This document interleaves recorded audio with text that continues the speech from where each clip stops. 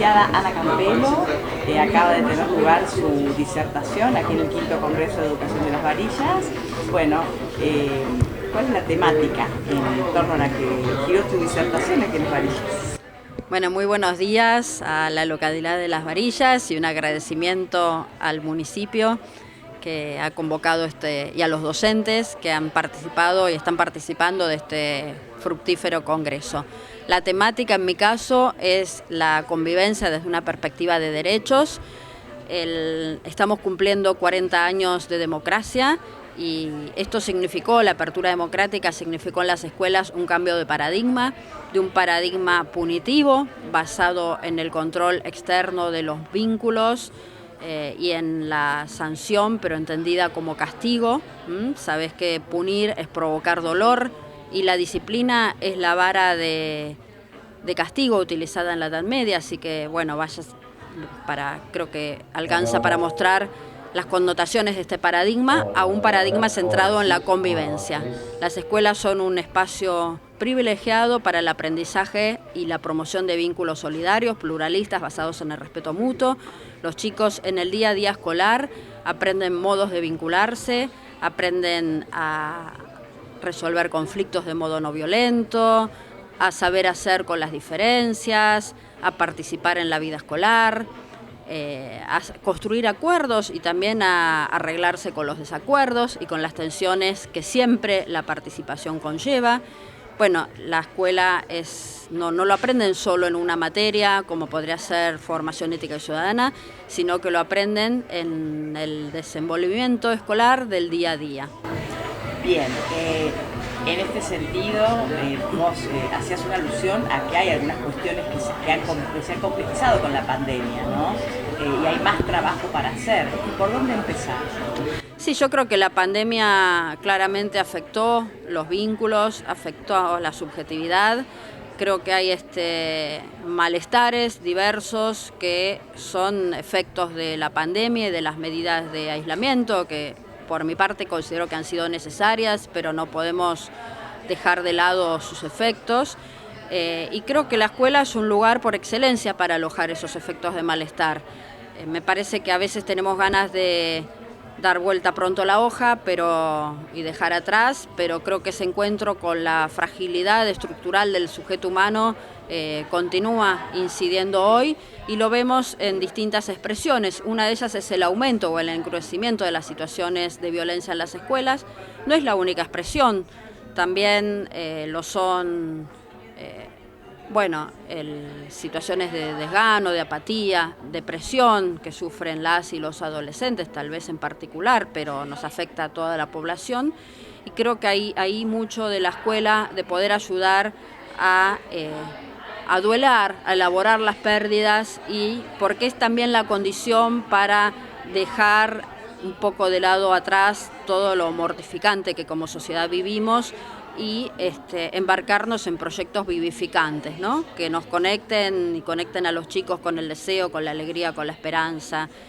Me parece que ahí hay un gran lugar para la escuela y creo que miradas como que reducen la problemática, por ejemplo, pensar que hoy lo que sucede es el aumento del bullying, sin cuestionarnos que esto es la expresión de un dolor social, como otras tantas expresiones, ¿no? Sin pensarlo como síntoma de una época y de situaciones que hemos atravesado como sociedad. Bueno, me parece que no solo reduce, sino que además trae llovido mojado, porque por un lado creo que obturan la reflexión, porque obturan poner en las propias palabras de los chicos lo que les está pasando, ¿no? La obturamos con la palabra bullying, ya sabemos que es bullying, entonces no habilitamos esos espacios de escucha. Y por otro lado, creo que el bullying tiene rasgos criminalizantes de la infancia y la adolescencia, y hoy en día lo vemos tras la culpabilidad a las y los estudiantes acerca de situaciones de suicidios, cuando los especialistas en el tema saben que no se puede atribuir o deslindar una sola causa. O lo vemos en familias que se acercan a la escuela a golpear a las y los estudiantes. Entonces la prensa lo cubre como casos de bullying, pero en realidad es maltrato infantil, ¿no? Que es otra problemática y mucho más grave. o en situaciones de juicios, niños, adolescentes, escuelas que son llevados a juicios, cuando sabemos que esto, lejos de solucionar la problemática, o puede parecernos tranquilizar, pero en realidad agrava la problemática. Ana, ¿qué recorrido, te voy a bajar un poco el micrófono para que perdón. ¿Qué recorrido te trajo a estudiar tanto la convivencia? ¿Cuál fue tu recorrido previo para llegar a esta temática? Sí, yo trabajo desde ese tiempo en el Observatorio Argentino de Violencia en las Escuelas, que en este momento no existe, pero fue en su momento una iniciativa del Ministerio de Educación de la Nación y de la UNSAM, la Universidad de San Martín.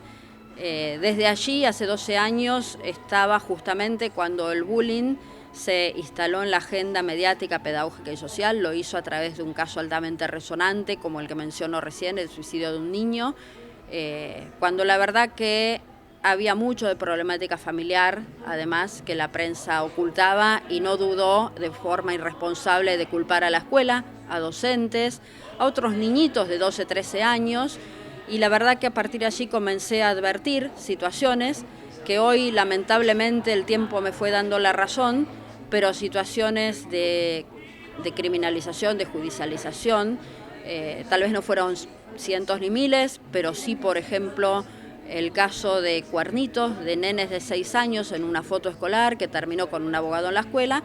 Y bueno, creo que no hace falta aclarar que la presencia de un abogado nada resolvió, sino por el contrario empeoró. El nene dejó de ir a la escuela.